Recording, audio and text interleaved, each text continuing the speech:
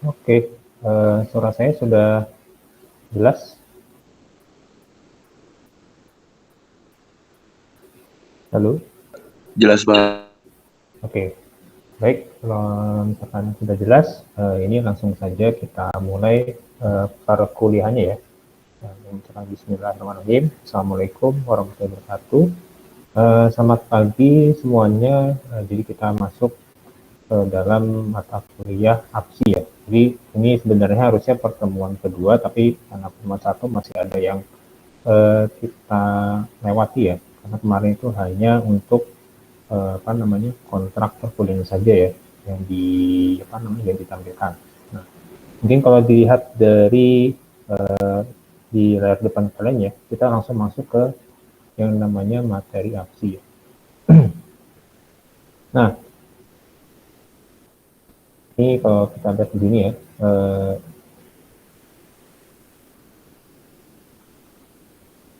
oke.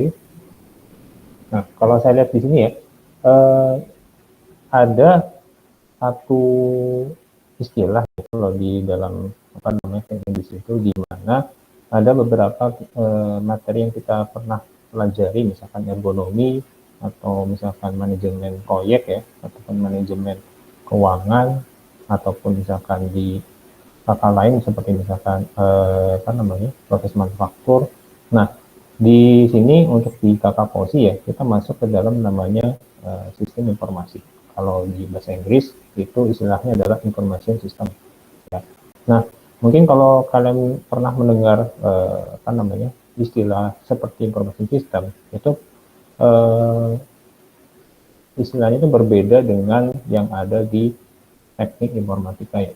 Nah, kalau di teknik informatika itu kita mempelajari beberapa bahasa pemrograman di mana kita membuat satu aplikasi menjadi apa yang digunakan atau apa yang apa namanya, kalau tidak salah diperoleh dari masing-masing organisasi atau perusahaan. Nah, kalau di bidang teknik industri itu kita melihat apa namanya dari sisi bisnis. Misalkan kalau di perusahaan tersebut punya aplikasi sederhana misalkan dalam bentuk Microsoft Excel ya. Kalau misalkan belum apa namanya mempunyai aplikasi OpenERP. Nah, kita melihat dari sisi human-nya. Human-nya itu apa saja? Itu adalah misalkan dari usernya, dari ownernya, dari manajernya yang menggunakan aplikasi tersebut. Nah, apakah aplikasi tersebut itu bisa cocok atau misalkan sesuai dengan otoritasnya dia? Ya. Kalau di bagian apa namanya retail, misalkan di Indomaret sekalipun ya, ini kalau saya tulis di sini pakai stylus. Nah, biasanya kalau di Indomaret ataupun di Alfamart ya,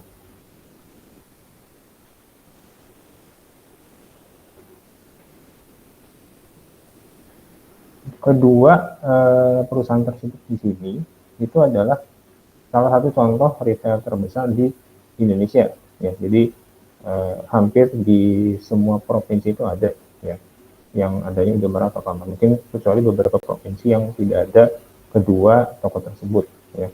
Dan di sini mereka juga mempunyai istilahnya adalah bagaimana dia bisa merekap data yang sederhana itu adalah pembelian dan penjualan barang ya. Kalau kita lihat di Indomaret sekalipun ya, pasti kan kita mau membeli makanan seperti tato ataupun misalkan seperti biskuat ya, itu kan pasti mereka mempunyai data stok. Ya. Stok apakah hari ini ada stoknya? Kalau misalkan data stoknya itu kosong, maka harus memenuhi stok. Itu namanya replenishment. Ya. Nah, di dalam proses yang ada pembelian dan penjualan tersebut, itu nanti data itu akan diproses melalui aplikasi. Nah, aplikasi di sini itu nanti akan melalui tahap yang namanya information system. Ya. Karena di satu sisi secara teknis kita membutuhkan yang namanya resource IT ya. Nah, ibaratnya kalau di apa namanya aplikasi itu ada yang namanya teknisi ya. Kalau misalkan di pabrik atau manufaktur kan pasti ada namanya maintenance untuk engineer ya, untuk pemeliharaan jika terjadi kerusakan dalam waktu misalkan 2 tahun atau 3 tahun. Ya. Karena yang namanya pabrik atau manufaktur kan mereka juga butuh teknisi untuk perbaikan tersebut. Ya. Nah, begitu juga di aplikasi. Ya. Aplikasi juga mereka membutuhkan pemeliharaan. Ya, pemeliharaan itu dalam bentuk misalkan meminimalisir bug, ya, atau misalkan update software. Ya, update software itu sesuai dengan kebutuhan yang ada di toko tersebut. Ya. Nah, jadi dari bagian proses di sini ya, itu saling berhubungan dengan IT resource yang dinamakan di information system. Ya. Tapi perlu diangkat sekali lagi ya, kalau di sini kita tidak fokus untuk mempelajari bahasa pemrogramannya, tapi lebih ke bagaimana kita bisa mendesain ya aplikasi tersebut itu sesuai dengan keinginan dari para owner. Ya. Nah, mungkin kalau pernah kalian download di saya di Play Store ya ataupun di App Store di iPhone, nah itu pasti tampilannya itu berbeda ya. Dimana kalau Alfamart itu lebih dominan ke warna merah, Indomaret dominan ke warna biru ya. Nah, dari perbedaan warna saja itu setidaknya ya mereka sudah menargetkan customer siapa saja yang dipilih. Ya. Nah, biasanya kalau kita mau mencari yang simple, ya itu kita bisa melihat di aplikasi Alfamart. Ya. Karena di situ mendapati bahwa aplikasi tersebut itu memiliki beberapa promo yang bisa digunakan kapan saja. Gitu. Nah, bedanya dengan di Indomaret, bedanya adalah promosinya tidak selihat di Alfamart. Ya.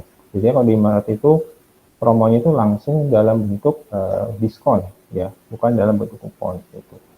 Nah, makanya di sini kita lihat dari contoh kedua aplikasi tersebut itu sudah membedakan ciri khas dari sistem informasi masing-masing kedua perusahaan. Ya.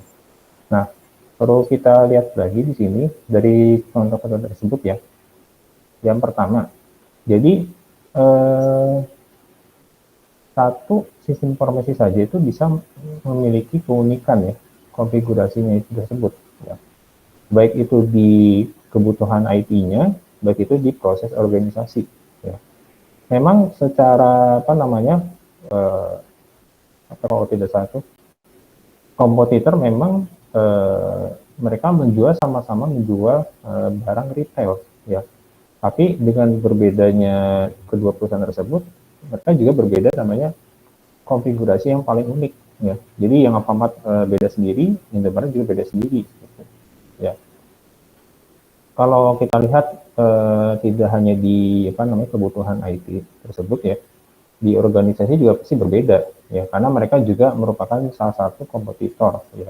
Di mana Indomaret sama Alfamart ini pasti ada di satu daerah itu lebih dominan Indomaret, tapi di daerah lain itu dominannya ada Alfamart gitu.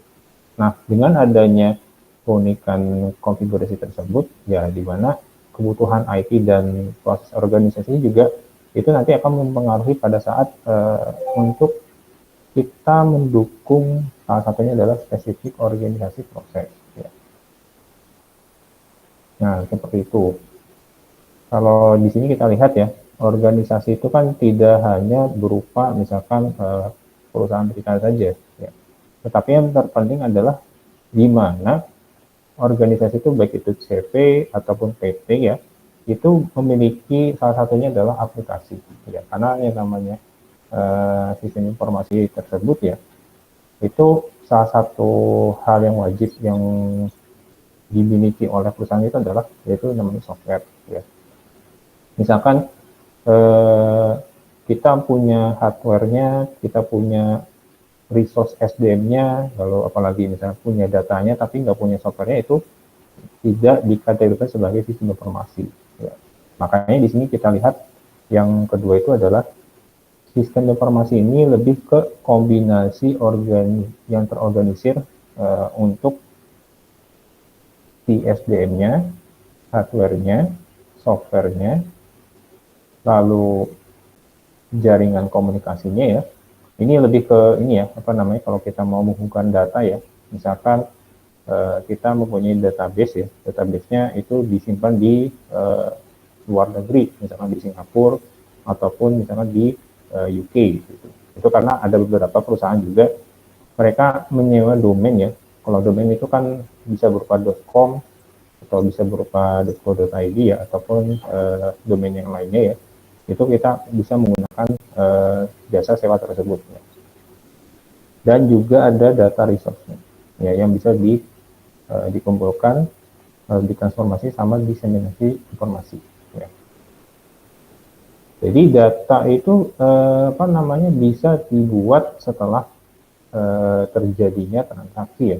Kalau di Alfamart pasti kan ada namanya data penjualan ya, di mana data penjualan itu bisa tercipta jika terjadi transaksi dari konsumen yang ada di toko tersebut ya. Kita beli satu saja ya, satu barang misalkan buah kita ya, itu sudah menghasilkan satu data penjualan gitu. Nah, makanya dengan adanya data tersebut itu dikumpulkan ya menjadi beberapa data ya dalam waktu misalkan 1 bulan ataupun 1 tahun. Nah, data itu nanti dikoleksi ya, itu menjadi namanya informasi ya. Informasi itu dihasilkan dari mana? Dari beberapa data yang dikumpulkan tadi ya. Nah, sehingga di sini yang namanya sistem informasi itu bisa berupa namanya kombinasi semua entitas yang terlibat, baik itu SDM-nya, baik itu hardware perangkat kerasnya, itu komputer ya, lalu softwarenya, lalu jaringan komunikasi ya, baik itu berupa misalkan kita menggunakan jaringan LAN atau WiFi-nya ya, dan juga data resource yang bisa kita koleksi gitu. Nah, jadi setidaknya untuk informasi sistem ini kita bisa memahami apakah di perusahaan tersebut itu sudah jalan sesuai dengan proses bisnisnya ya, terutama di bidang IT-nya tadi ya. Nah, ini baru menurut dari beberapa ahlinya. Nah, setelah itu di pemanfaatan informasi dalam industri ya, karena yang namanya industri itu kan bisa berupa pabrik skala besar ataupun skala kecil ya. Jadi misalkan kita punya UMKM sekalipun ya, tapi sudah memenuhi kriteria yang di atas tadi, itu bisa dikategorikan sebagai sistem informasi ya. Nah, makanya di sini ada di mana unsur-unsur yang pendukungnya itu adalah informasi teknologi dan industrial proses ya. Nah, informasi teknologi ini bisa berupa misalkan teknologi yang digunakan oleh perusahaan tersebut ya. Misalkan apakah dia menggunakan jaringan WiFi yang canggih, misalkan WiMAX ya, atau misalkan PC-nya itu menggunakan minimal prosesor itu adalah i9 atau i7 ya.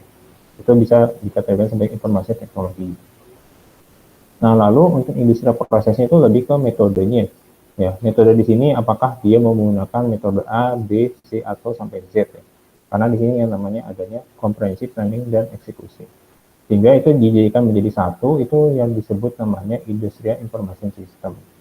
Ya, karena di sini kita fokusnya ke bidang industri ya. Dan hasilnya itu apa? Hasil dari industrial information system itu bisa berupa namanya enterprise system ya. Itu enterprise system di sini itu baik bisa berupa ERP-nya ataupun SCM-nya ya. Kalau SCM kan ini lebih beda metode sendiri ya. Karena kepanjangannya itu adalah supply chain management atau istilahnya adalah manajemen rantai pasok ya. Nah, kalau di bidang yang nanti saya ajari itu ya, di sistem enterprise itu nanti lebih ke bidang ERP-nya di sini ya. Gitu. Nah, apa ada lagi untuk di industri information system itu ada ya. Jadi ada namanya manufacturing execution system atau MES ya. Dan satu lagi adalah e-business ya. Kalau e-business ini lebih ke ini ya, saya lupa namanya itu, kalau nggak salah tuh penjualan online itu seperti bisa berupa Tokopedia ya, ataupun misalkan Shopee. Itu nanti kemungkinan bisa jadi ya, nanti ada mata kuliah baru itu nanti MKP pilihan di semester depan ya gitu. Nah, itu salah satu contoh bentuk dari industrial information system ya. Karena kita memanfaatkan apa yang bisa kita peroleh misalkan dari dalam bentuk data ataupun informasi. Nah, apa saja tipe aplikasi dalam sistem informasi. Ya. Tapi ini aplikasinya bukan dalam bentuk softwarenya ya, tapi lebih ke bentuk apa istilahnya itu dari kalau tidak salah bentuk dari macam-macam sistem informasinya ya. Jadi bukan softwarenya di sini. Ya. Dan di sini yang paling sering dibahas itu adalah yang nomor 3 ini, yaitu division support system. Ya. Karena di sini istilahnya itu adalah sistem pendukung keputusan. Ya. Jadi kita punya aplikasi dan dengan aplikasi tersebut kita bisa menghasilkan keputusan. Ya. Apakah mau keputusannya A atau B itu sesuai dengan hasil dari aplikasi. Ya.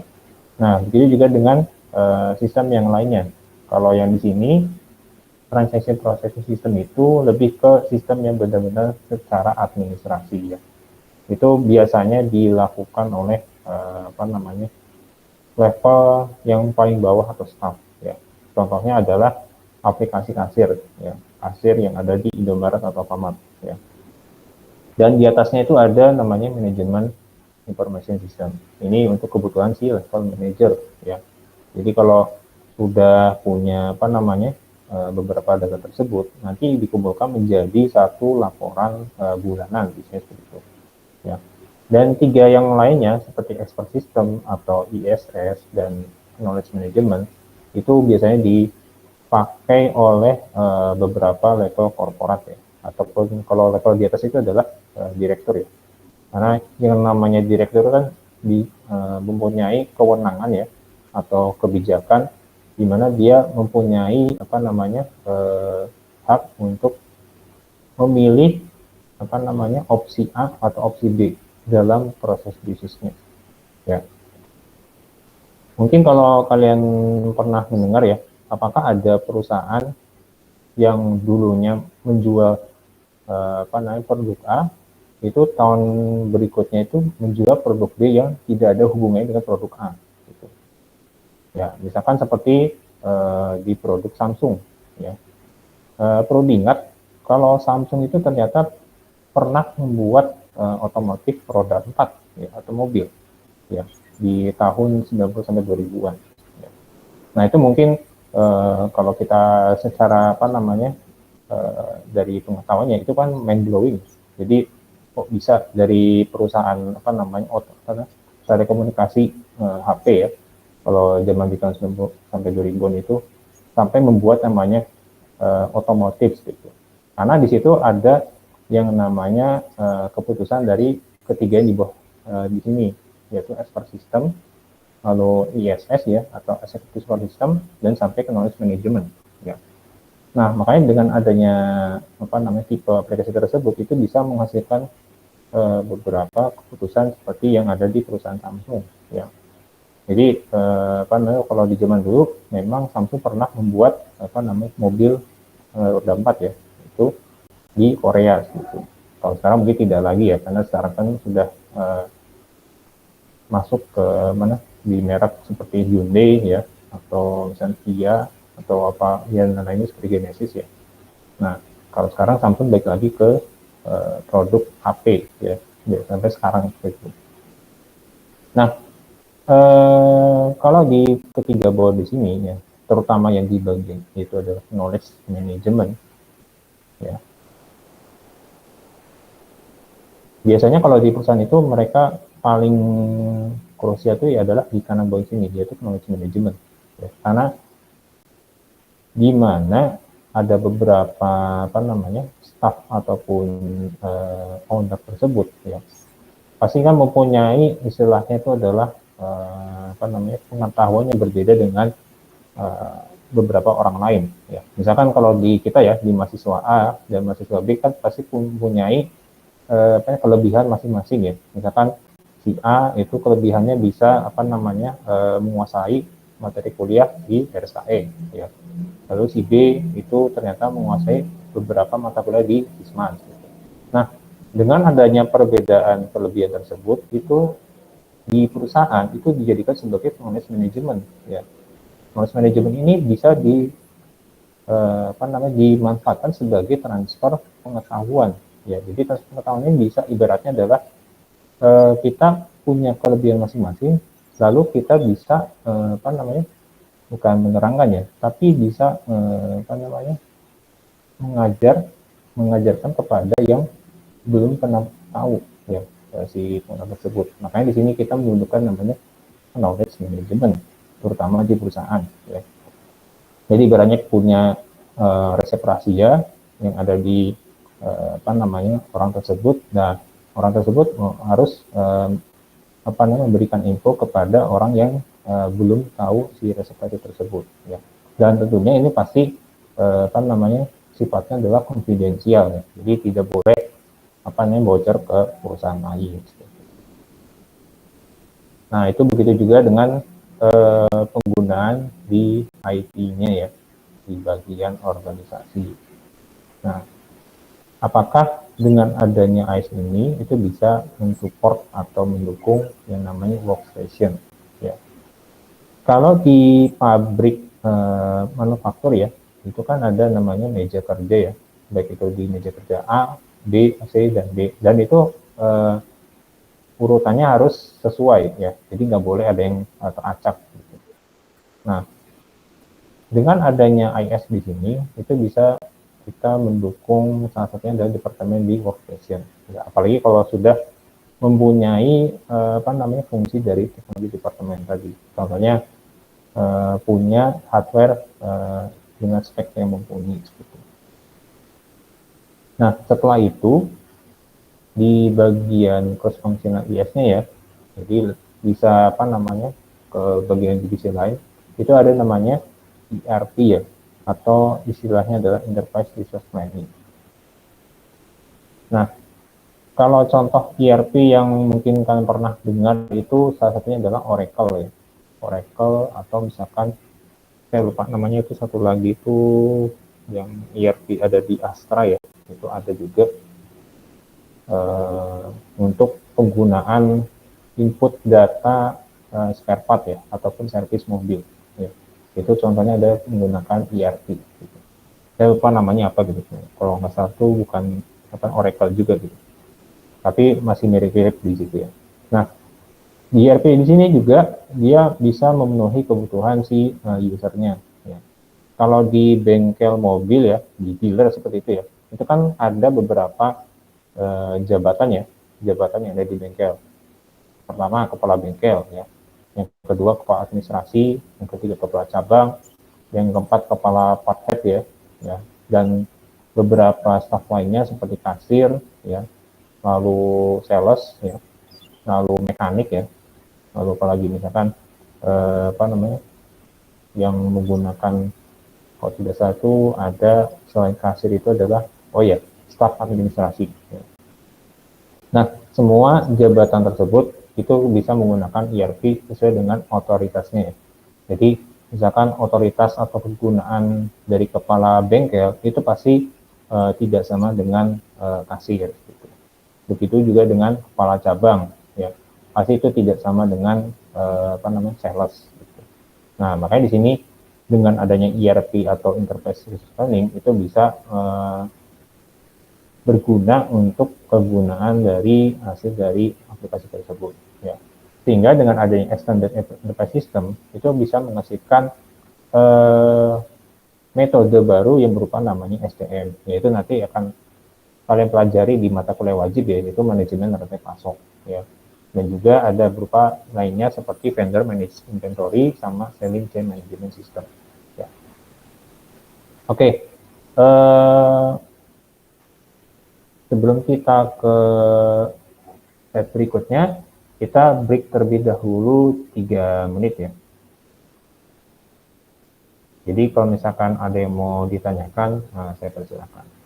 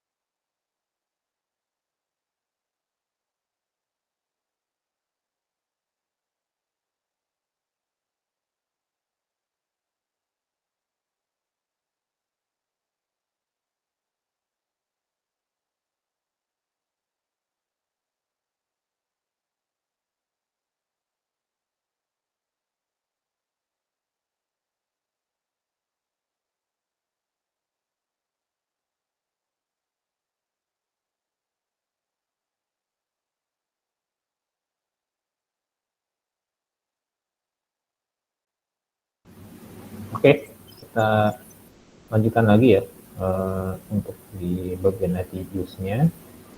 Sekarang kita masuk ke interface business system, di mana di sini adaptasi dari Loudon dan Loudon. Ini jadi dua orang bersaudara juga ya, yang menemukan hubungan dari beberapa entitas ya, baik itu dari pemasok atau supplier ya, lalu di pekerjanya, lalu partner ya. Partnernya lebih ke misalkan kalau kita bekerja sama dengan vendor 1 atau vendor 2 ya, itu beda dengan supplier tadi. Satu lagi adalah customer-nya. Jadi masing-masing dari entitas tersebut itu nanti akan ketemu di bagian ERP-nya ini ya. Nah, ERP ini yang menghubungkan dengan beberapa entitas tadi. Misalkan kalau ERP dengan customer itu mereka menggunakan sistem yang namanya CRM atau Customer Relationship Management ya. Di sini biasanya kita menggunakan e-commerce. Itu biasanya kalau kita mau menjual barang secara online ya, baik itu di Tokopedia ataupun di Shopee. Nah, kalau di ERP-nya di bagian supplier, itu kita menggunakan namanya manajemen rantai pasok atau supply chain management. Ya. Nah, kalau ERP dengan pekerjanya, itu kita menggunakan knowledge management tadi. Nah, knowledge management ini tadi biasanya ada, kalau di kampus lainnya itu ada mata kuliah tersendiri. Gitu. Nah, satu lagi adalah ke bagian partner ya. Kalau partner ini lebih ke partner relationship management ya, baik itu berupa penjualan selling ataupun distribusi ya. Nah, dari keempat tersebut itu nanti akan diolah prosesnya, itu kita menggunakan namanya aplikasi ERP. Contohnya tadi adalah Oracle ya, sama tadi saya lupa namanya yang di Astra itu masih belum ingat juga ya. Nah, sehingga dengan adanya ERP di sini itu kita bisa melihat aktivitas ataupun data ya yang telah dilakukan setiap hari ya selama keempat entitas tersebut itu berjalan gitu. Dan tentunya memang ERP ini harganya biasanya tidak murah ya, karena yang dijual oleh pihak penyedianya sekalipun itu mereka menjualnya bukan per aplikasi ya, tapi per user ya. Kalau misalnya kita mau beli ya contohnya ya di aplikasi ya, misalkan Microsoft Office ataupun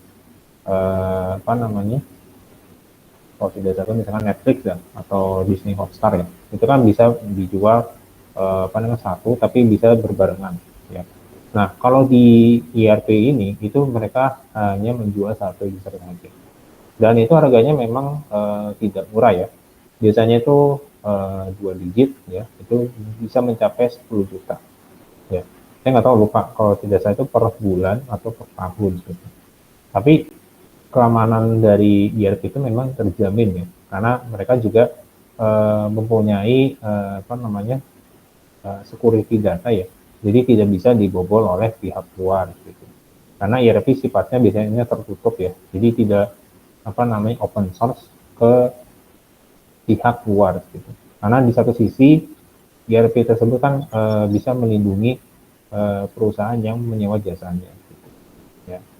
Dan kalau misalkan terjadi apa-apa ya, mereka juga punya backup datanya. Dan juga kalau misalkan mereka melakukan migrasi data tersebut ya, pasti mereka juga punya namanya customer service ya. Nah, ini baru namanya di enterprise business system. Nah, kalau di peranannya dalam organisasi itu apa aja ya. Jadi kalau kita lihat di sini kepentingan atau pentingnya dalam satu informasi sekalipun ya. Jadi informasi itu lebih ke sumber yang paling kritis ya, atau paling penting, baik itu di operasi yang bawahnya ataupun di manajemen ya. Misalkan kita mungkin belum pernah tahu ya kebutuhan dari calon customer itu apa ya. Misalkan kita mau membutuhkan, kalau di otomotif ya, di roda 2, bagaimana calon customer itu bisa mendapatkan motor ya, motornya murah, lalu tidak perlu mengganti gigi ya, atau misalkan matic, tapi desainnya bagus ya. Nah, dengan adanya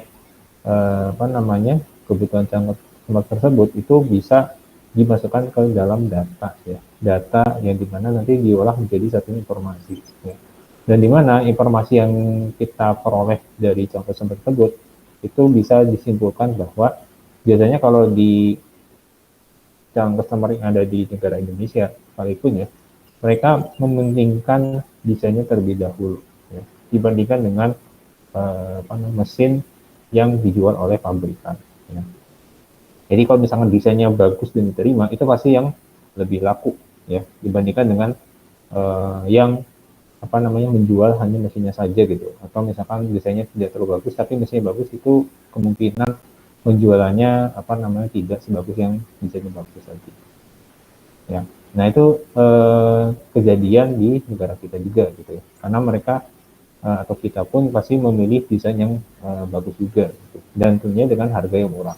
Nah dengan adanya informasi tersebut, itu merupakan sumber yang paling kritis baik itu di bidang operasinya ataupun manajemen tadi ya.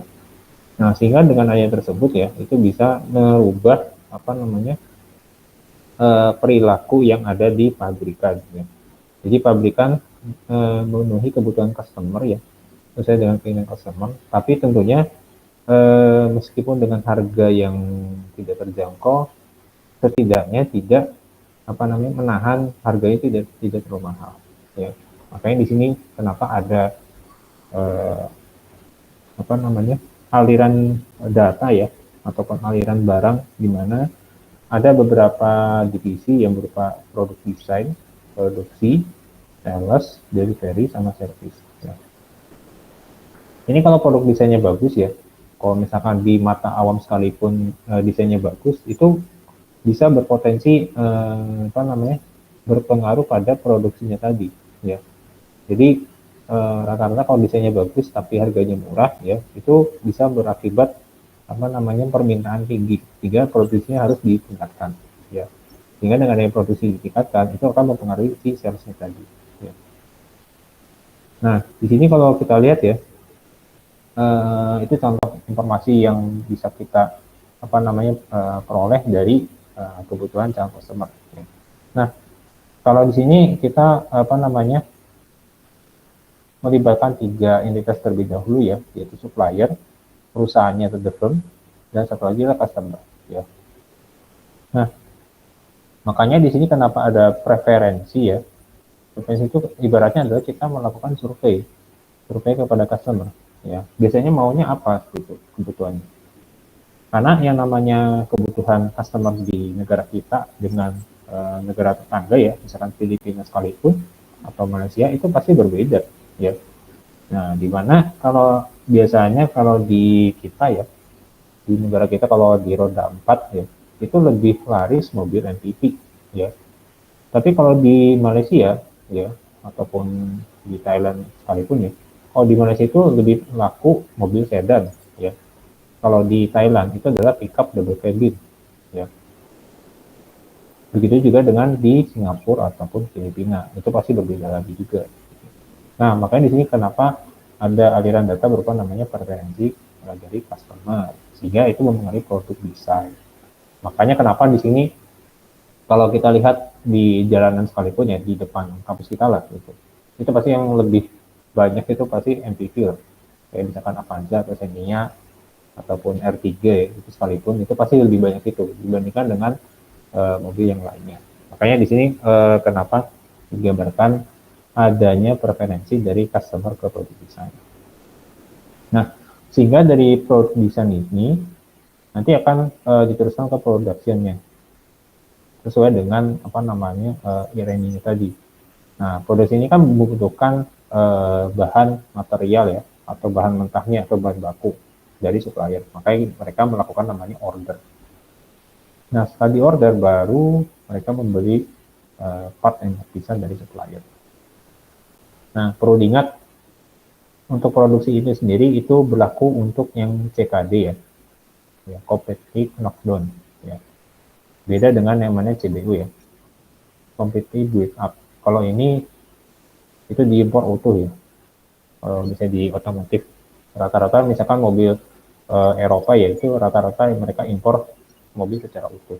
Tapi kalau misalkan mobil kayak MPV di Toyota ataupun Daihatsu ya mereka membuatnya adalah secara PKD atau completely knockdown ya. Jadi mereka membeli partnya secara terpisah lalu dirakitnya di sini ya. Nah setelah itu baru menjadi satu barang utuh yaitu finished good ya. Jadi satu mobil ya itu nanti langsung di delivery ya, diantar ke customer gitu. Dengan catatan ada namanya sales penjualan ya. Jadi sales itu kan bisa mobilnya terjual jika ada pemesanan dari customer. Nah, delivery ini baru bisa mengantarkan dari sales tadi. Karena sesuai dengan data selain desain tadi, mereka juga mempunyai data berupa namanya peramalan order. Ya. Biasanya kalau barang seperti mobil atau motor itu laku kalau nggak di akhir tahun, ya, mendekati Lebaran. Ya. Nah, kalau di Indonesia seperti itu ya. Jadi rata-rata yang paling laku tuh kalau tidak mendekati Lebaran biasanya adalah di akhir tahun. Ya. Kalau di akhir tahun kan mereka mengejar yang namanya kalau tidak salah itu diskon akhir tahun ya, karena beda produksi tahun itu biasanya diskonnya lebih besar. Ya. Nah kalau misalnya Lebaran biasanya rata-rata adalah mereka mendapatkan THR. Ya. Jadi biasanya di situ dari dua periode itu biasanya mobil otomotif itu lebih laris di waktu tersebut. Nah setelah itu baru diantar ke customer tadi dari delivery. Ya. Baru dari customer ini melakukan namanya service ya. Jika ada maintenance ya dalam waktu 1 tahun ataupun misalkan 6 bulan gitu. Dan mereka juga mendapatkan peralatan equipment ya, misalkan dalam bentuk spare part. Dan seterusnya seperti itu untuk informasi yang ada di contohnya di otomotif baik itu roda 4 atau roda 2. Nah, ini baru di sumber yang paling kritis ya. Kalau secara waktu ya itu bisa terjadi kapan saja ya, karena mereka juga harus membutuhkan managerial function ya. Seperti misalkan planning ya, itu udah jelas mereka juga butuh perencanaan yang matang ya. Kalau misalnya nggak matang pun itu nanti akan berakibat juga prosesnya juga berantakan gitu. Nah sehingga dari proses di sini itu lebih ke tugas atau task ya, itu bisa memiliki performansi ya atau keunggulan untuk bisa mencapai hasil yang diinginkan ya atau achieve a defined outcome. Misalkan kita targetnya produksi mobil dalam waktu 1 hari itu adalah 1000. Nah, kalau misalkan sudah achieve atau misalkan sudah memenuhi target tersebut, maka proses itu bisa dikatakan berhasil. Ya, karena indikator keberhasilan adalah bagaimana kita bisa memenuhi outcome tadi. Ya. Nah, setelah itu di sini ada data dan informasi ya. Setidaknya ya, data ini bisa dikoleksi sebagai salah satu yang namanya observasi. Ya, ya makanya di sini observasi itu kan bisa digunakan sebagai kalau kita mau penelitian tugas akhir. Ya. Karena yang namanya data primer dan data sekunder itu juga bisa diolah menjadi penelitian. Ya. Dan tentunya observasi ini juga harus kita mempunyai namanya validasi ya, dan verifikasi. Nah, data itu bisa menjadi informasi ketika itu bisa diproses. Ya, ya kalau nggak bisa diproses ya berarti nggak bisa jadi informasi gitu. Nah, contohnya yang sederhana itu adalah data penjualan yang ada di retail Indomaret ya.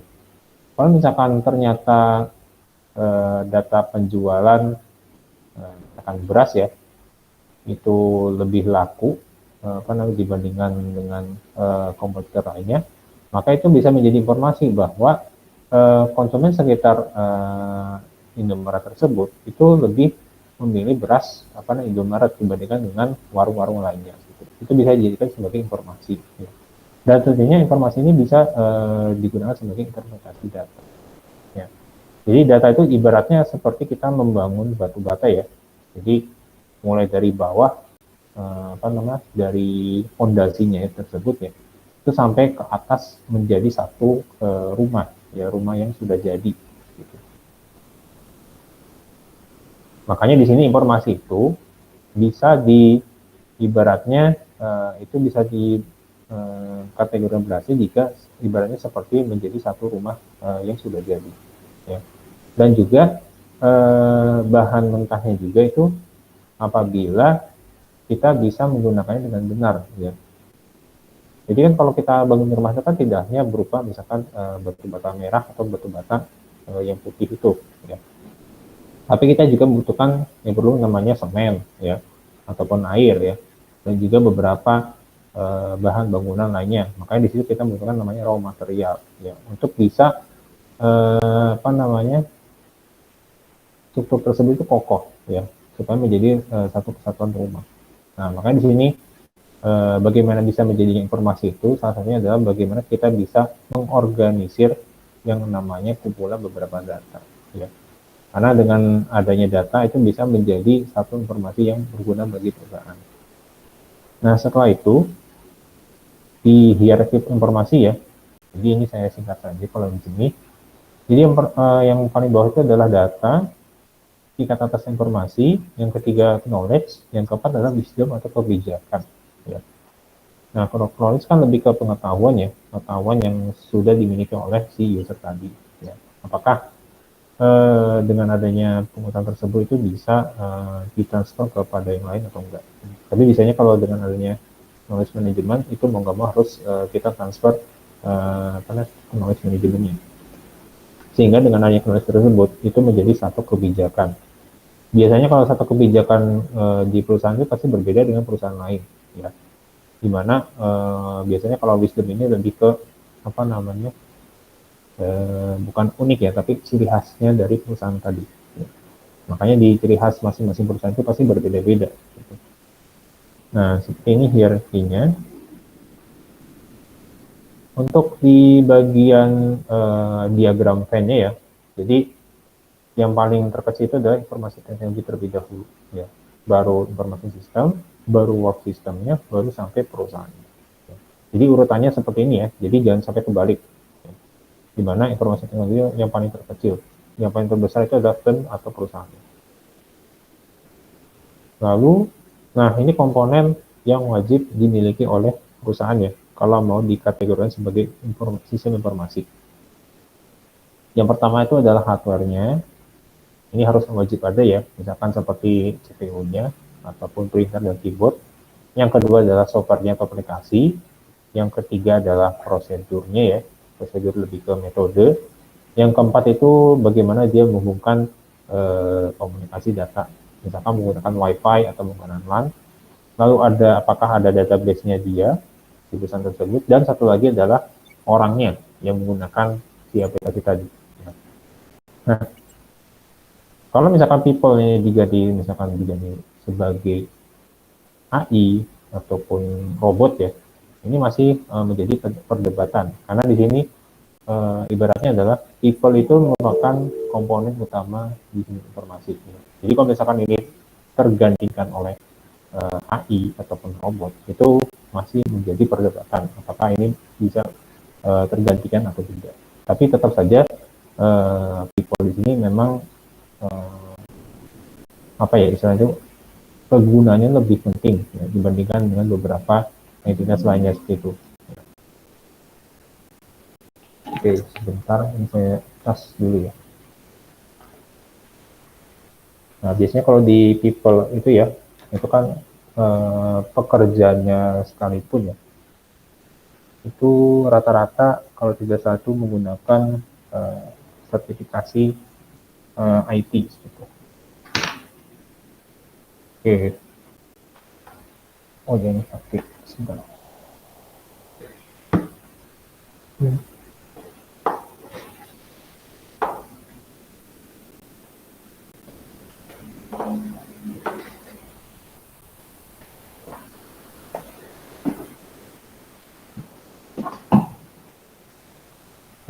bisa ngetes. Oke. Oke, sudah ngetes. Oke, kita lanjutkan lagi ya. Jadi untuk yang people tadi, apa namanya? Setidaknya mereka mempunyai minimal adalah sertifikasinya tadi ya, ataupun misalkan pelatihan yang bisa menggunakan aplikasi tersebut. Nah, setelah itu baru kita masuk ke manajemen organisasinya ya. Jadi kalau ini kita hanya sekilas saja. Yang penting kita melihat dari ketiga tipe ini tadi. Apakah dia termasuk unstructured division ya, atau structured division, atau tiga semi structured divisionnya ya. Kalau unstructured itu lebih ke nggak rutinnya, jadi bisa dilakukan misalkan dadakan ya, ataupun misalkan ada proses yang tidak sesuai dengan SOP ya. Kalau yang structured division ini biasanya menggunakan SOP. Tapi kalau di semi structured itu bisa jadi tergantung adaptasi yang ada di perusahaan tadi ya. Nah, setelah itu di dukungan SI untuk manajemen organisasi ya, biasanya kalau yang paling atas ini adalah lebih ke unstructured tadi ya, karena mereka lebih bebas menentukan tanpa harus melihat SOP tadi. Biasanya di level korporat atau direktur ya, gitu. Dan juga kalau di bagian bawah atau struktur ini itu biasanya masuk ke bagian operasional. Ya. Ini namanya operational control. Ya. Ini yang di bagian bawah itu namanya TPS. Jadi benar-benar full administrasi. Gitu. Nah, kalau misalnya paling atas kan mereka lebih bebas ya menentukan bisnisnya mau apa gitu. Karena dengan adanya keputusan perubahan tersebut itu nanti akan bisa merubah ke buah-buahnya tadi. Ya. Ya contoh misalkan kayak Samsung yang tadi saya ceritakan, di mana mereka juga mempunyai perusahaan otomotif roda 4 roda waktu dulu ya. Tapi ternyata mereka merubah lagi ke perusahaan telekomunikasi, baik lagi ke HP ya. Nah, makanya di situ dengan ada perubahan tersebut itu bisa merubah semua level yang ada di bawahnya ya. Nah, ada juga pengomukannya seperti ini ya. Jadi kalau nanti kita pelajari yang namanya DSS tadi, itu maksudnya ke bagian manajemen, yaitu setara dengan sama di bawahnya itu ada sistem dan paling bawah adalah TPS, yaitu operasi control system. Nah, makanya di sini TSS ini sifatnya adalah lebih administratif. Dan juga di sini pendukung integrasi sebentar tes itu salah satunya adalah menggunakan sistem ERP. Ya. Ini contoh penggambarannya ya. Dan juga untuk integrasi horizontal keluar perusahaan tadi. Ya.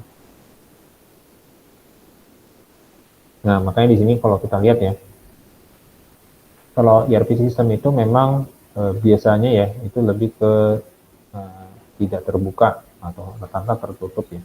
Tapi ada juga namanya Open ERP ya. Kalau Open ERP itu di mana aplikasi tersebut lebih ke sifatnya open source dan gratis ya. Nah, satu lagi ada jika misalkan enterprise system ya. Jadi lebih luas di mana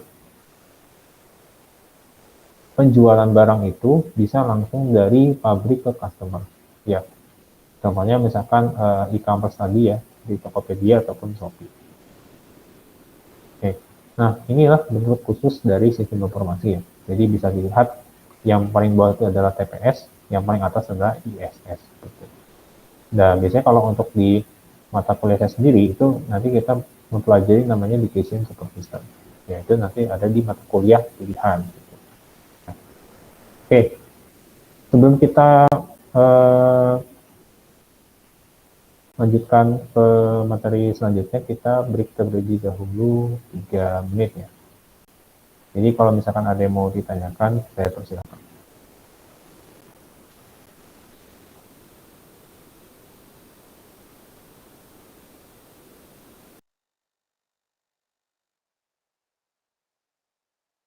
Pak, izin bertanya, Pak.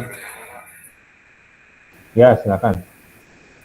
Untuk absensi itu bagaimana ya, Pak? Sorry, gimana? Untuk apa? Absensi, Pak. Atentif? Apa itu atentif? Sorry. Absen, Pak, absen. Oh, kayaknya kurang ini ya. Sorry. Coba di via chat coba ya.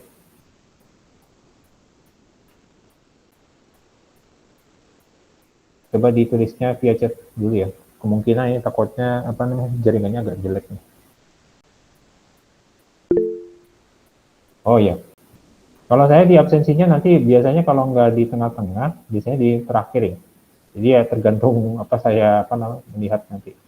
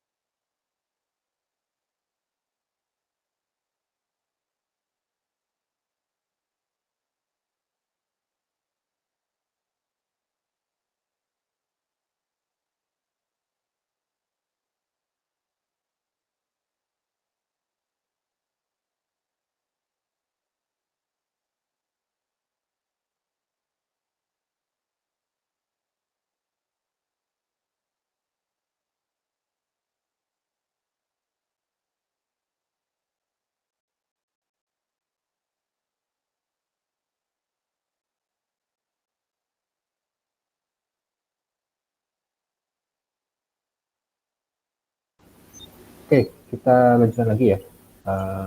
Materi berikutnya.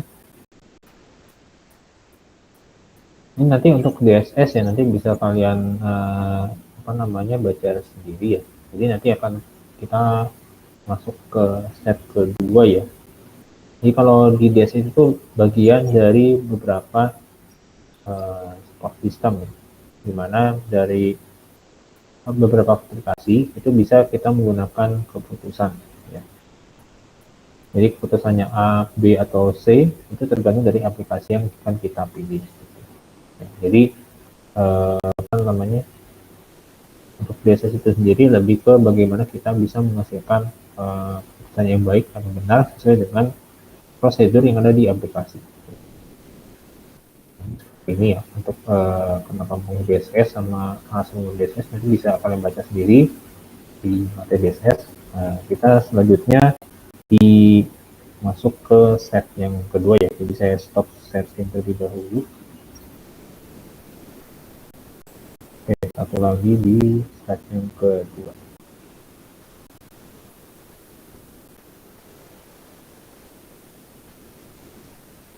Oke, sebentar.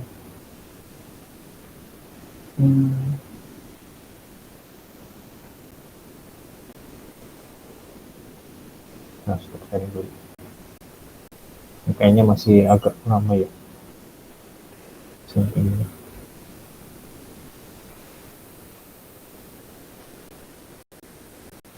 Ini simpan. Lagi di opsi 2.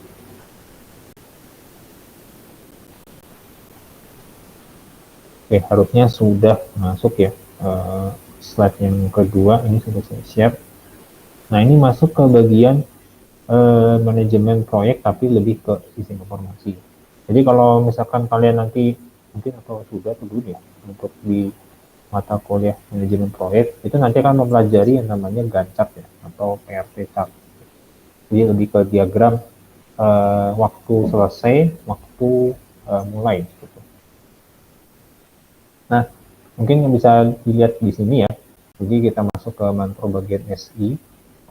Nah, kenapa kita mempelajari manajemen proyek?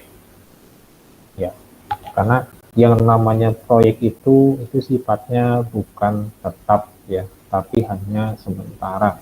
Karena kenapa sementara? Karena mereka mempunyai batasan waktu. Ya, baik itu dalam deadline-nya dalam bentuk sebulan, atau 6 bulan, atau 1 tahun, atau 5 tahun, atau bahkan sampai mungkin bisa jadi sampai 10 tahun. Kalau rata-rata proyek besar biasanya kontraknya itu rata-rata ya 5 tahun atau 10 tahun gitu. Jarang kalau misalkan yang ada di atas 10 tahun ya. Nah, kenapa seperti itu? Kenapa harus belajar manajemen proyek? Karena kita harus melihat apakah dengan adanya keterbatasan waktu kita bisa menghasilkan usaha yang maksimal ya, baik itu dalam sisi biayanya, lalu sisi SDM-nya apakah tersedia atau tidak ya, itu jadi menghasilkan satu goal. Nah, contoh misalkan proyek yang sering kelihatan lah, misalkan proyek jalan tol ya. Nah, itu kalau mungkin kalian baru tahu di sini ya, di mana kalau di Jalan Tol Sumatera itu kan dari Bakauheni sampai misalkan Kota Bandar Lampung itu baru jadi kalau tidak salah di tahun 2019 ya. Nah, dibangunnya itu pasti sebelum tahun tersebut ya. Kemungkinan kalau tidak salah mungkin dalam waktu kurang dari 5 tahun ya.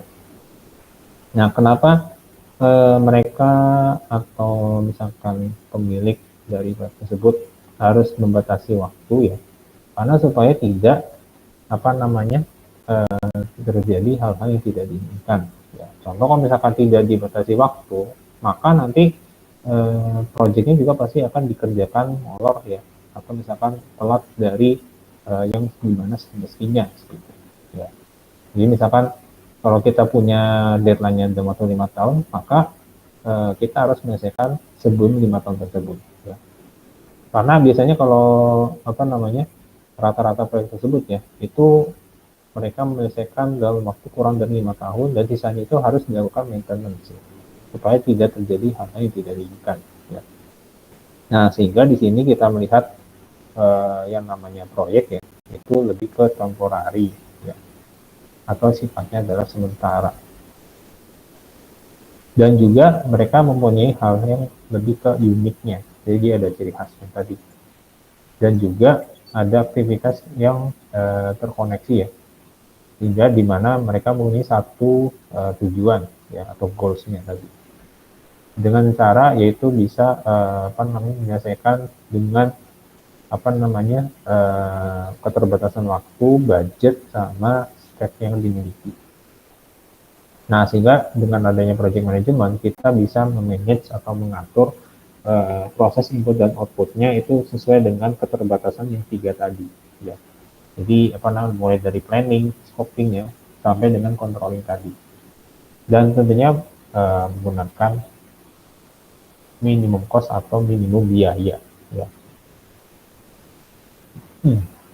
Sehingga di sini waktu yang digunakan juga masih sangat terbatas.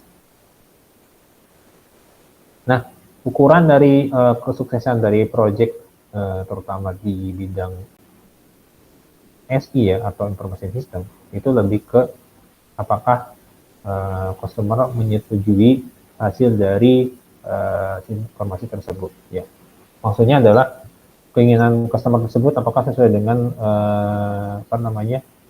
otoritasnya dia atau tidak gitu. Dan juga sistemnya apakah berjalan dengan on time, lalu sesuai dengan budgetnya, dan juga mempunyai dampak minimal ya dari proses bisnis yang dijalankan. Nah, biasanya kalau yang terakhir ini ya, kenapa harus dilakukan minimal impact? Ya, rata-rata ada beberapa perusahaan di mana mereka mempunyai aplikasi ternyata merubah proses bisnis yang ada di perusahaan tersebut, ya, sehingga itu menjadi kelemahan dari performansi yang ada di perusahaan lagi, ya. Nah, sebisa mungkin kita kalau mempunyai project di bidang sistem informasi itu sebisa mungkin tidak mengganggu proses bisnisnya yang sedang berjalan ya. Jadi beratnya yang tadinya belum otomatis sekarang menjadi otomatis tapi tidak mengganggu si proses bisnis yang ada di perusahaan tadi ya. Sehingga di sini kenapa syaratnya kesuksesan dari project SI tersebut adalah mempunyai minimal efek atau impact-nya kepada proses bisnis ya. Sehingga itu bisa dikategorikan sebagai kesuksesan project si informasi sistem. Nah, sehingga di sini kita mempunyai namanya fungsi dari project management ya. Jadi bisa berupa plan ya, rencana maunya seperti apa, terutama di bagian scheduling ya. Kalau scheduling lebih ke penjadwalan ya. Karena yang namanya penjadwalan itu tidak tidak 100% sesuai dengan bukan estimasi ya, tapi perkiraan kita gitu dengan realitanya gitu. Kadang kalau misalkan kita mau menyelesaikan tugas besar dalam waktu 1 bulan, ternyata molor 1,5 bulan gitu. Makanya kita perlu namanya scheduling ya, supaya kalau misalnya terjadi kejadian yang tidak diinginkan, kita mempunyai rencana plan cadangan gitu. Sehingga dengan adanya plan tersebut kita melakukan namanya kontrol ya, atau kendali baik itu berupa organizing, directing, controlling, sama closing ya. Nah, ini closing ini wajib ya kalau di project itu, karena kita membuka dengan namanya plan, maka kita harus melakukan penutupan dengan namanya closing. Nah, setidaknya 2 tools ya yang sering digunakan di Manpro itu ada berupa namanya Perchart ya. Satu lagi adanya Gantt chart ya. Kalau Perchart itu lebih ke kita menggambarkan model berupa grafik ya dalam bentuk garis-garis seperti itu, dan juga ada hubungannya dalam beberapa tugas tadi ya. Kalau di Gantt chart lebih ke horizontal bar-nya seperti itu. Nah, mungkin kalau bisa kalian lihat ya, di sini ada contohnya tuh per chart-nya tadi. Nah, kenapa kita harus melakukan seperti ini ya, yang namanya scheduling atau penjadwalan, supaya tidak terjadi hal-hal yang tidak diinginkan. Makanya di sini kenapa ada namanya schedule start ya, schedule finish, close start atau finish. Karena yang namanya ekspektasi itu pasti tidak sesuai dengan realita. Ya. Misalkan ekspektasi kita mau mengerjakan tugas besar ya dalam waktu 1 bulan, ternyata realitanya tetap 2 bulan gitu. Maka kita butuh penulisan itu schedule start dan actual start. Nah, ini bisa kita lihat ya, kita melakukan namanya project inisiasi ya. Jadi mulai project ini mau seperti apa, misalkan di tanggal kalau tidak salah 3 Mei ya. Ini ditulisnya mulai dari bulan dulu ya, baru tanggal, baru tahun setelah itu. Nah, setelah itu baru kita melakukan beberapa tugas seperti ini, training investigasi, problem analisis, lalu requirement analisis, sampai dengan keputusan analisis dan desainnya. Ya. Nah, ini kenapa dipecah menjadi dua, karena bisa dilakukan secara paralel. Gitu. Ya. Dan tentunya tergantung dari tanggal ini tadi, apakah setelah schedule definisi ini bisa dilakukan selanjutnya, ya tergantung dari yang di sini tadi. Ya. Nah, setelah itu baru construction sampai dengan implementasi. Ya. Nah, khusus untuk yang proses terakhir, biasanya kalau outwaster dan outwa finish itu kita tidak bisa mengetahui kapan pastinya itu beres atau mulainya, ya, karena di semua proyek yang namanya proses terakhir itu pasti outwaster atau finish itu tidak diketahui. Ya. Nah, makanya bisa kita lihat misalkan di sini ya, di project inisiasinya itu adalah dalam schedule mulainya itu tanggal 3 Mei ya. Ini 3 Mei di sini. Tapi realita mulainya juga tanggal 3 Mei juga gitu. Ya, maka ini bisa jalan untuk proyeknya. Ya.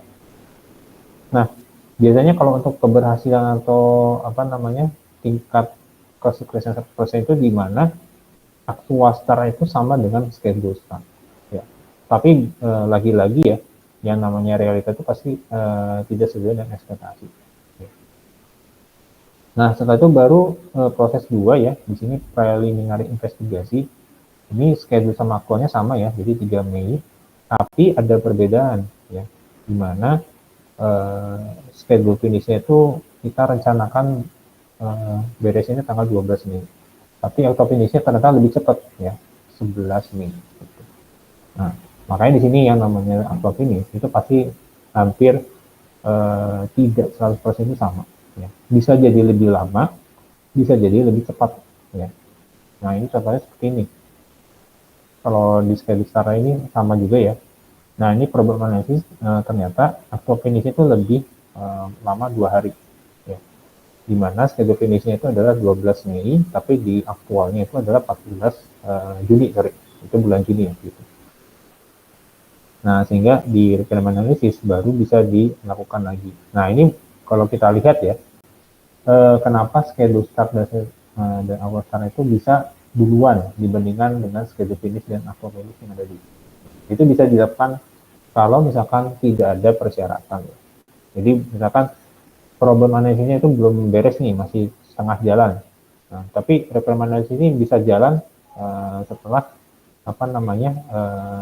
dilakukan penentuan schedule start dan actual start tadi.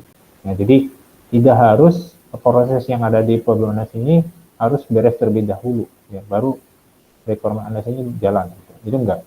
Nah, kalau di requirement analysis ini itu bisa jalan pada saat problem analysis itu belum selesai juga. Jadi bisa ibaratnya adalah paralel. Ya. Nah, ini seperti ini contohnya, di mana setiap proyek pasti ada namanya jalannya proses itu secara paralel. Dan selanjutnya seperti yang bisa kalian lihat sampai dengan implementasi di sini. Ya. Nah, ini contoh untuk PRT chartnya ya. Jadi simpelnya adalah bagaimana kalian bisa memahami dari task atau tugas ini itu, yaitu yang memenuhi adalah 4 tadi. Ya. Dan 4 itu harus saling berhubungan dari proses pertama sampai dengan proses terakhir. Jadi nggak mungkin ada satu task atau tugas itu kepisah sendiri gitu. Jadi misalkan begitu di sini itu nggak mungkin ada. Ya. Nah, satu lagi adalah Gantt ya. Kalau Gantt itu lebih ke grafik horizontal ya. Jadi ini lebih kelihatan lagi ya. Kalau kita lihat di sini dibandingkan PRT chart. Kalau PRT chart itu kan lebih ke kotak tabel ya. Nah, kalau di sini kita menggunakan horizontal bar ya. Di mana kita bisa melihat sesuai dengan per bulannya ya. Kalau misalnya kita mau ganti per tanggal itu juga bisa, cuman itu pasti akan lebih panjang gitu horizontal bar-nya itu, karena di sini kita baru menggunakan bulan saja panjangnya seperti ini ya. Apalagi menggunakan tanggal, kalau tanggal pasti kan lebih panjang lagi gitu untuk horizontal bar-nya ya. Ya bisa jadi misalkan Juni itu kan 30, artinya kan ada 30 angka di situ. Nah, makanya di sini kita menggunakan per bulan saja. Ya. Dan masing-masing dari task name ini juga ya, itu kan ada yang kalau misalkan ID 1 itu beres baru bisa lanjut ke ID 2. Tapi kalau di ID 2 ID 3 itu enggak. ID 2 ID 3 itu bisa jalan paralel pada saat ID 2-nya setengah jalan gitu. Nah, ini bisa dilihat di sini ya. Bagaimana proses yang ada di project itu kadang ada yang bisa paralel, kadang ada yang bisa tidak. Gitu.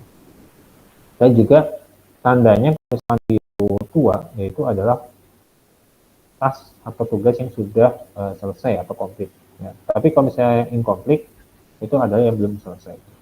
Ya, jadi bisa jadi ternyata di tugas yang keenam atau konsentrasi itu masih setengah jalan gitu. Ya. Dan ini kita tandai misalkan hari ini ada di September ini ya, misalkan seperti itu. Nah, makanya di sini kelihatan ya kalau kita menggunakan Gantt itu mana proses yang sudah beres, mana proses yang belum beres. Nah, aplikasi yang digunakan itu apa? Kalau di versi nama Gantt itu, kita bisa menggunakan namanya Microsoft Project. Ya. Jadi Microsoft Project itu bisa bukan direkap ya, bisa diuraikan atau dipecah menjadi beberapa subtugas gitu. Jadi misalkan satu preliminary investigation itu bisa dipecah menjadi misalkan 5 subtugas. Gitu. Nah ini contohnya ada beberapa notasi ya, notasinya juga masing-masing juga beda ya. Jadi misalkan apakah satu subtugas itu harus paralel atau tidak ya tergantung dari apa namanya kalau bisa itu kewenangan dari si owner file tadi. Ya. Kenapa dibuat seperti ini?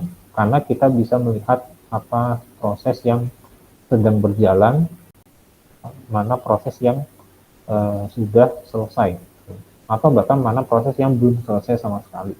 Ya. Nah ini baru untuk yang gancatnya. Kalau ini untuk apa namanya? Kalau tidak satu di bagian percatnya ya. Ini saya kasih tanda dulu nih gancat atau tidak. Nah kalau yang tadi itu ada namanya gancat. Ya ini seperti ini contohnya.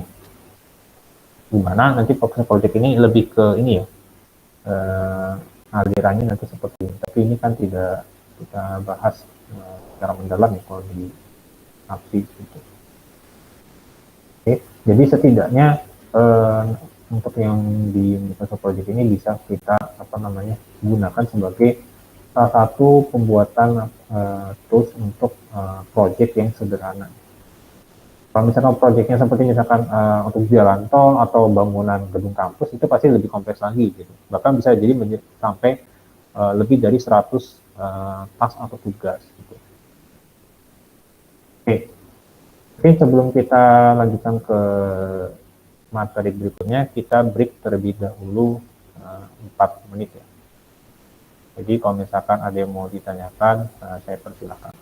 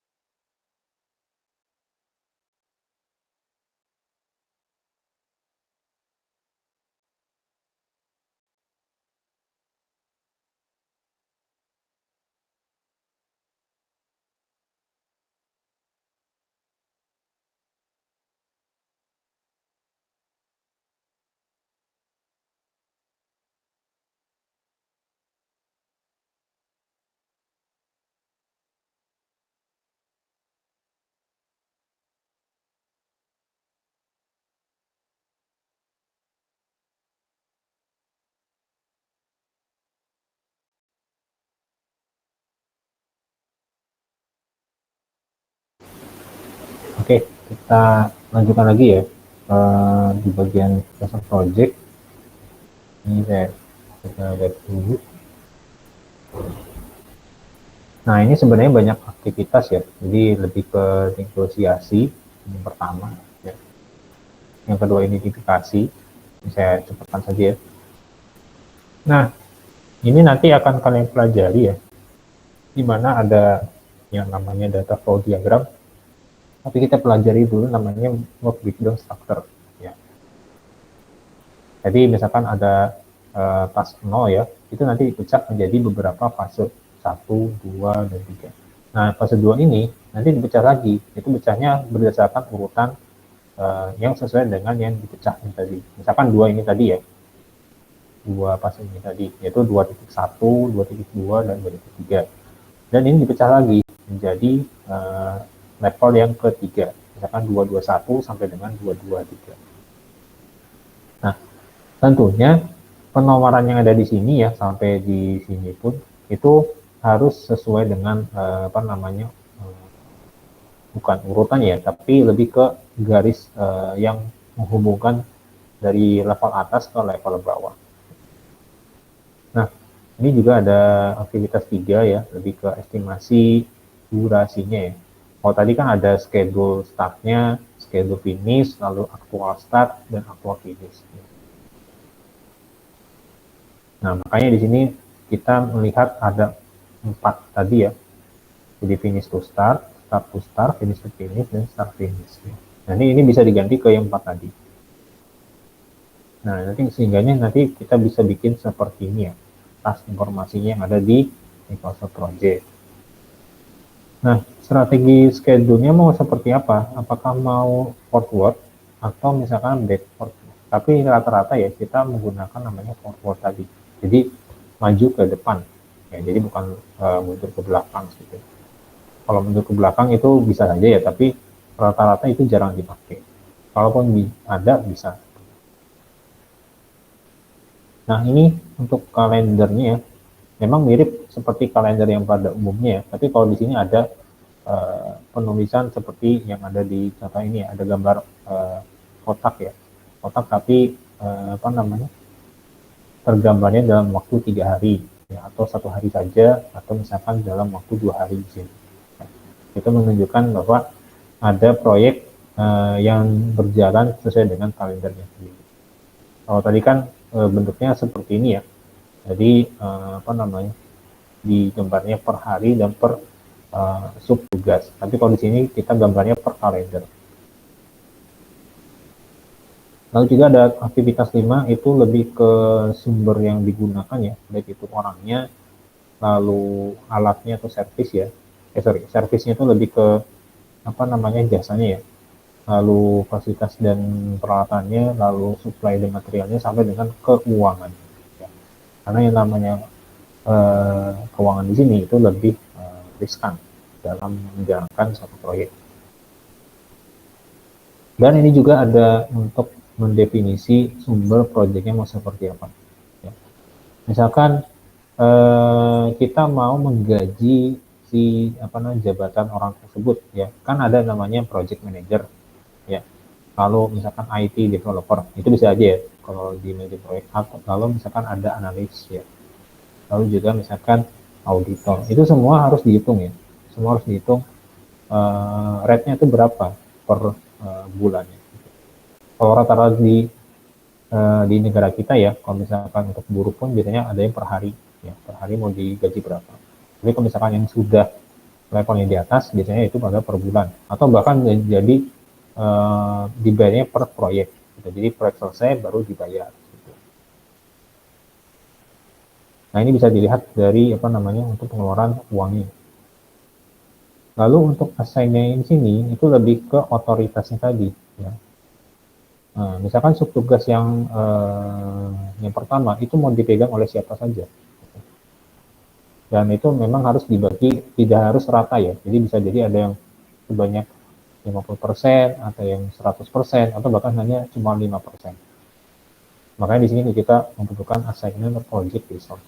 Itu untuk otoritasnya itu berapa persen. Dan juga untuk resource levelingnya, jadi lebih ke tingkatan resource tadi bisa berupa apa namanya, kita bisa menunda tugas yang sedang dilakukan oleh proyek tadi, ya. Tapi tentunya tidak mengganggu jalannya proyek, ya. Atau mau dipecah, ya. Skipping task itu jadi misalkan subtask yang 1.2 itu mau dipecah lagi, gitu. Dan itu dipecahnya sesuai dengan resource leveling tadi. Ya, ini juga untuk critical path sama slack time-nya. Dan aktivitas 6 ini lebih ke apa namanya, untuk menunjukkan effortnya tadi. Lalu yang ketujuh lebih ke monitoringnya. Apakah setelah dilakukan proyek kita melakukan pengecekan atau sesuai dengan SOP atau enggak, ya. Dan juga biasanya ada laporan misalnya tiap bulan, ya. Nah, sehingga dari proses di Gantt chart tadi itu kita bisa melihat, ya, seberapa beres atau komplitnya dalam satu subtask tadi. Apakah sudah komplit 100% atau bahkan hanya cuma 0% sekalipun, gitu. Jadi bisa kita apa namanya, kita lihat, ya, apa namanya, sumber yang ada di project tadi. Tentunya kalau yang namanya project itu ya pasti ada namanya penyebab bukan kesalahan, ya, penyebab kegagalan, ya. Biasanya kalau tidak dari sisi keuangan, biasanya dari sisi SD-nya sendiri, yaitu namanya Poor Expectation Management.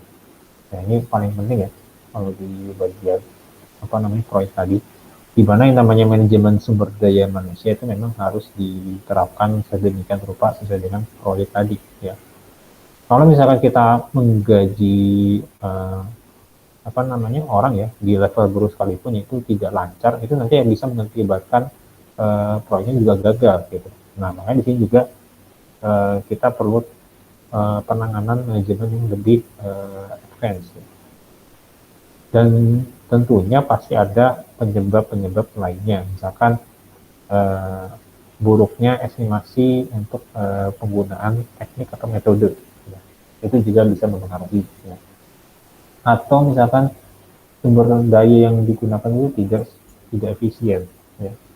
Misalkan ternyata kita butuh 50, yang datang ternyata 100, sisa 50 itu mau dikemanakan. Makanya itu termasuk apa namanya, kegagalan dalam suatu proyek. Dan seterusnya ada beberapa penyebab apa namanya kegagalan proyek yang lainnya. Oke.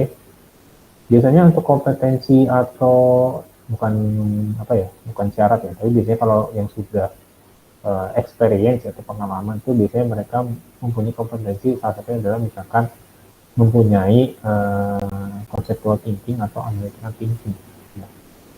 Dan tentunya yang diutamakan di sini adalah stress management, karena tingkat stresnya itu sangat tinggi, ya, kalau kita kerja di project, baik itu di apa namanya di dalam lapangan atau di luar lapangan, itu pasti tingkat stresnya tinggi, ya. Di satu sisi kita mau menyelesaikan project tapi uangnya terbatas, ya, tapi di satu sisi customer kita pengennya cepat, ya. Itu bisa jadi penyebab stres yang ada biasanya di pekerja, ya. Makanya di sini kita membutuhkan kompetensi project manager, itu salah satunya adalah stress management, ya. Nah, itu seperti itu, ya, kalau untuk di project manager kompetisinya, gitu. Dan setidaknya, ya, mereka juga punya kualifikasi juga, ya, untuk komitmen, ya. Komitmen di mana harus sesuai dengan SOP-nya, gitu. Nah, lalu berikutnya ini sudah jelas, ya, kalau di sini biasanya kalau untuk kita menggunakan parameter baik itu uangnya, lalu waktunya, sama scope atau kualitasnya itu apakah seimbang atau tidak. Ini bisa kita lihat, ya, ini contoh yang beberapa perusahaan kalau kita mau menggunakan matriks, ya, kan biayanya itu 20 miliar dolar. Nah, ternyata apa namanya sudah di accept atau disetujui, tapi constraint-nya itu adalah waktunya itu ternyata lebih cepat dari perkiraan. Ya, mau kamu itu sebagai constraint. Ya. Dan satu lagi adalah apakah scope atau quality dari SDM tersebut itu bisa mendarat di bulan gitu. Ya. Dan balik lagi ke bumi itu tingkat semalam. Ini proyek ini ya yang dulu waktu itu apa sih kalau nggak salah Neil Armstrong ya kalau nggak salah Neil Armstrong yang mendarat di bulan ya, gitu. Karena kalau di zaman dulu ya mereka jor-joran juga gitu untuk membiayai penerbangan antariksa ya ke bulan gitu. Memang dari kosnya pasti di aset gitu karena kalau zaman dulu kan pasti yang namanya perang dingin ya itu mereka berlomba-lomba teknologi gitu. Tapi konsernya juga schedule-nya ya mereka harus cepat gitu. Karena kalau misalkan lama pun pasti mereka kalah secara waktu ya, dibandingkan dengan negara tetangga. Dan tentunya kesuksesan di sini adalah yang penting si antariksa tersebut itu ya atau saya lupa nama itu astronot itu bisa mendarat di bulan tapi bisa juga balik ke bumi gitu. Itu kesuksesan dari si lunar project tadi ya. Makanya di sini dengan matriks tersebut kita bisa melihat apa saja yang bisa di ACC, apa saja menjadi batasannya, apa saja ada maksimal dan minimal tadi. Begitu juga proyek yang lainnya ya, misalkan kalau misalnya proyek dalam pembiayaannya itu ternyata menjadi constraint, jadi menjadi batasannya. Tapi secara waktu schedule-nya lebih panjang, yang bisa jadi di ACC. Dan kualitasnya juga sama seperti yang tadi, yaitu max or min.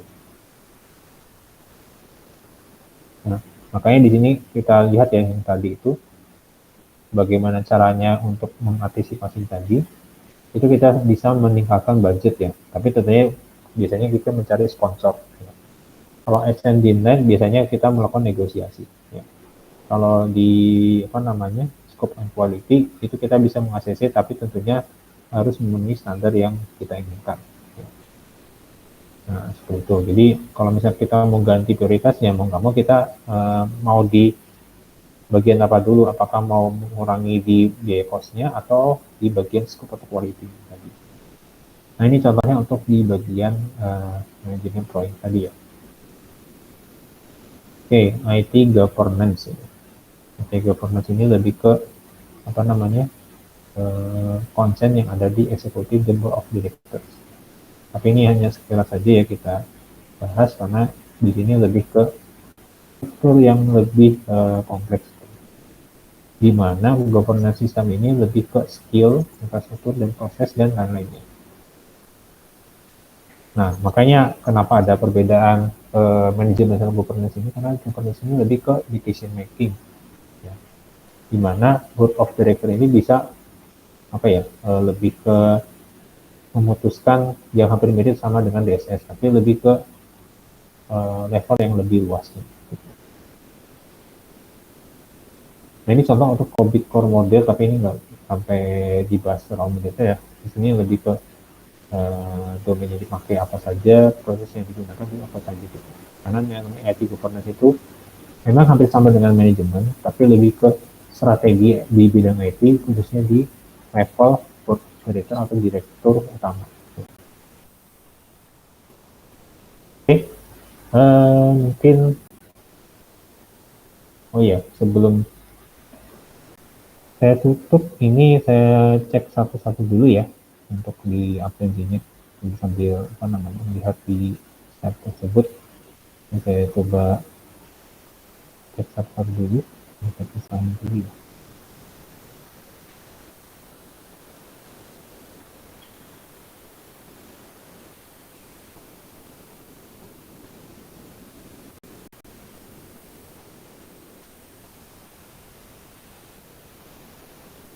Oke, yang pertama Gusmina ada?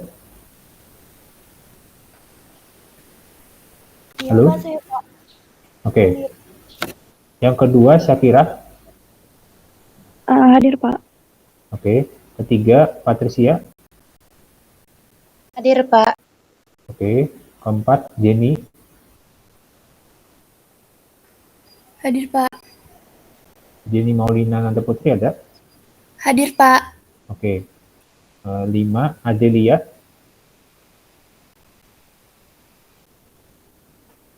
Adelia Lintang Anggraini ada? Hadir, Pak. Oke, ada. Oke. 6, Risya ada? Hadir, Pak. Oke. 7, Muhammad Arfarian. Hadir, Pak. Oke. 8, Raka Sofyan. Hadir, Pak. Oke. 9, Nabila Lintang. Hadir, Pak. Oke. Lalu Dimas. Hadir, Pak. Oke. Lalu Mauna Sabira. Hadir, Pak. Oke. Lalu Rizal, ada Rizal? Rizal Kusaini ada? Hadir, Pak. Hadir, maaf. Hadir. Oke. Lalu Muhammad Rifat. Hadir, Pak. Oke. Lalu Ahmad Kadi.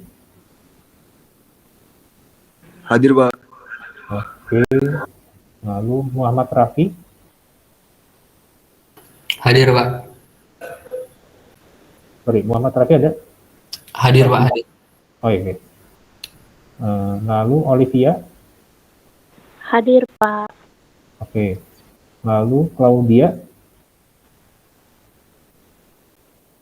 Claudia Destin. Ada Claudia Destin? Oke, nggak ada ya. Claudia Destin nggak ada. Lalu Christopher. Hadir, Pak. Oke. Lalu Nova Rahmadayanti. Hadir, Pak. Oke. Lalu Sandi Alam. Hadir, Pak. Oke. Lalu Raffi Ardiansyah. Hadir, Pak. Oke. Lalu Anjar Setiawati. Hadir, Pak. Anjar Setiawati ada? Hadir, Pak.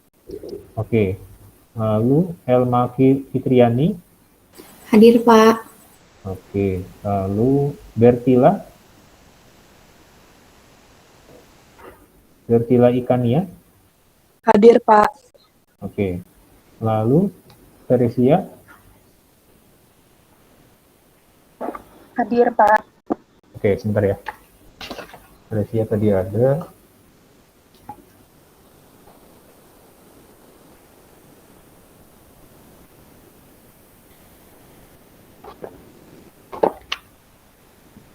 Oh.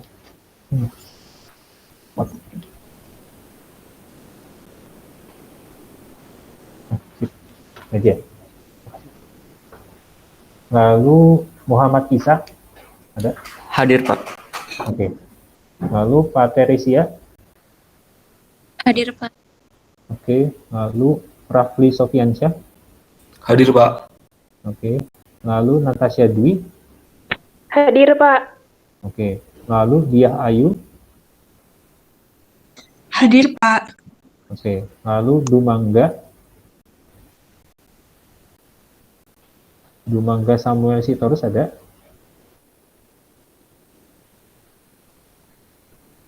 Oke, nggak ada ya. Oke, berikutnya Nika Deksari ada? Hadir, Pak. Oke. Lalu Ade Zaki. Hadir, Pak. Oke, ada. Oke. Lalu Martua Elizer. Hadir, Pak. Oke. Lalu Meyesi. Hadir, Pak. Oke. Lalu Alsifa. Hadir, Pak. Oke. Lalu Agnes Nainggolan ada? Hadir, Pak. Oke. Lalu Marta ada? Hadir, Pak. Oke. Lalu Esther. Esther Anggi ada?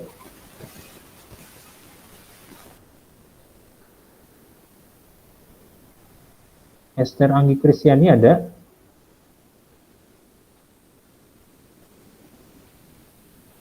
Oke, Oke, nggak ada ya. Oke. Oh, ada. Oke, nih. Esrangi ada.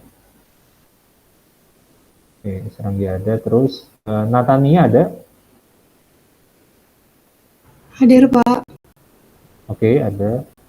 Lalu Yusuf. Hadir, Pak. Yusuf Abdurrahman. Hadir, Pak. Oke. Lalu Hafiz Zuromansyah. Hadir, Pak. Oke. Oke. Lalu Tengku Rahman. Tengku Rahman ada.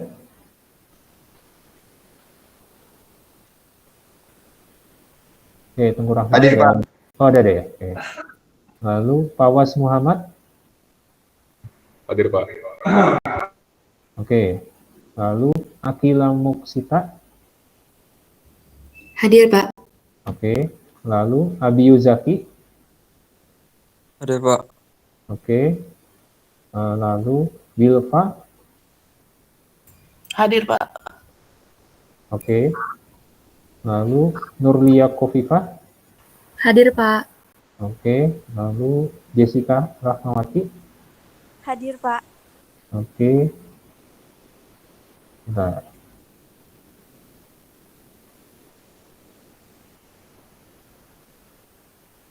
Ini ada. Lalu Angel Caroline. Hadir, Pak. Oke. Lalu Agra ada. Hadir, Pak. Oke. Lalu Danistio. Hadir, Pak. Danistio ada ya. Oke. Lalu Evianti. Evianti Pratiwi ada. Lalu Evianti Pratiwi nggak ada ya. Oke. Lalu Akbar Bil.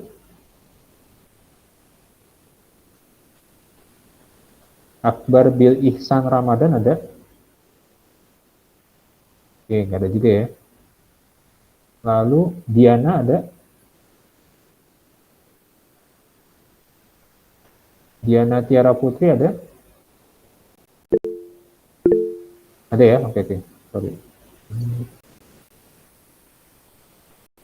Oke, ada Diana Tiara Putri. Lalu Larasita ada. Hadir, Pak. Maaf, mikrofonnya rusak, Pak. Ini siapa ya? Larasita Pirosi. Sorry. Di Diana, Pak. Oh, Diana udah. Ini sekarang Larasita Pirosi ada. Larasita Pirosi.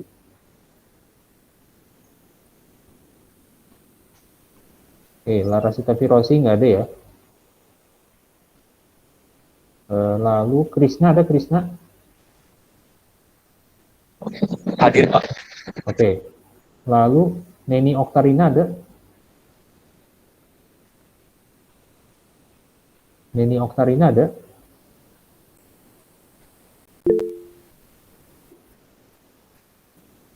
Oke. Ada ya. Lalu Miftahul Fajar ada? Oke, ada ya. Miftahul Fajar ada. Siti Balkis ada? Siti Balkis? Hadir, Pak. Oke. Lalu Sabrina ada? Hadir, Pak. Oke. Satu lagi Agnes ada, Agnes? Agnes Hadir. Patricia. Oke, ada ya. Oke. Pak. Oke, sudah saya tanya satu-satu. Oke. Untuk jadwal pengganti ya, nanti kalau misalnya untuk kita pertemuan ketiga, nanti akan saya coba tanyakan ke Raka dulu ya, nanti kemungkinan kalau nggak besok Jumat atau besok Senin ya. Jadi nanti saya kabari dulu via Raka ya, nanti untuk pengganti kuliah pertemuan ketiga. Jadi supaya pada saat nanti sebelum UTS itu sudah kelar gitu. Jadi sudah kelar 7 pertemuan lah gitu. Nanti pertemuan 8 kan itu UTS. Oke. Mungkin untuk kuliah hari ini saya cukupkan sekian terlebih dahulu ya. Jadi kalau misalkan tidak ada pertanyaan lagi mengenai materi kuliah hari ini, nanti akan saya share slide-nya itu setelah apa namanya ketiga kelas itu sudah beres ya, sudah beres untuk apa namanya ngajar gitu. Ini kan kelas B ya, jadi tinggal kelas A dan kelas C. Habis itu setelah itu saya share slide-nya di Google Classroom. Oke, baik, mungkin untuk hari ini saya